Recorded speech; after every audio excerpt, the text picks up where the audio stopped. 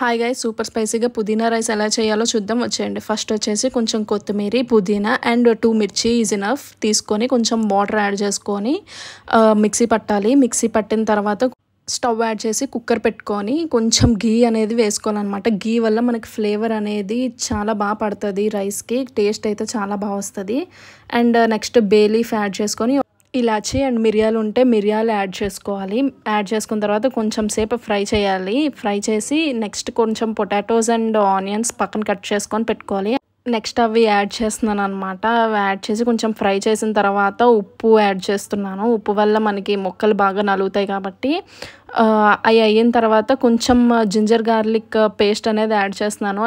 Add చేశాక ఒక 1 minute కొంచెం కలుపుకోవాలి. ఈలోపు మనం ప్యూరీ చేసుకున్నాం కదా పక్కన పెట్టుకొని, అది కూడా ఇందులోని యాడ్ చేసుకోవాలన్నమాట. అండ్ కొంచెం ఆ వెజిల్లో ఇంకొంచెం వాటర్ వేసుకొని యాడ్ చేసుకుంటున్నాను.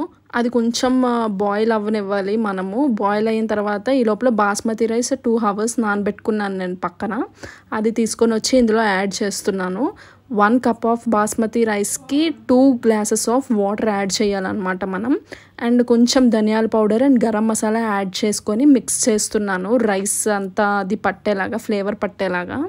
సో నెక్స్ట్ నాకు కారం అయితే కొంచెం ఎక్కువ తింటాను, అది సరిపోలేదు, కొంచెం కారం యాడ్ చేసుకుంటున్నాను. యాడ్ చేసుకున్న తర్వాత కుక్కర్ మూత పెట్టేసి ఒక 2 విజిల్స్ ఇనఫ్ బాస్మతి రైస్కి. నాకైతే చాలా నచ్చింది. ఇలాంటి వీడియోస్ కోసం నా ఛానల్ని ప్లీజ్ సబ్స్క్రైబ్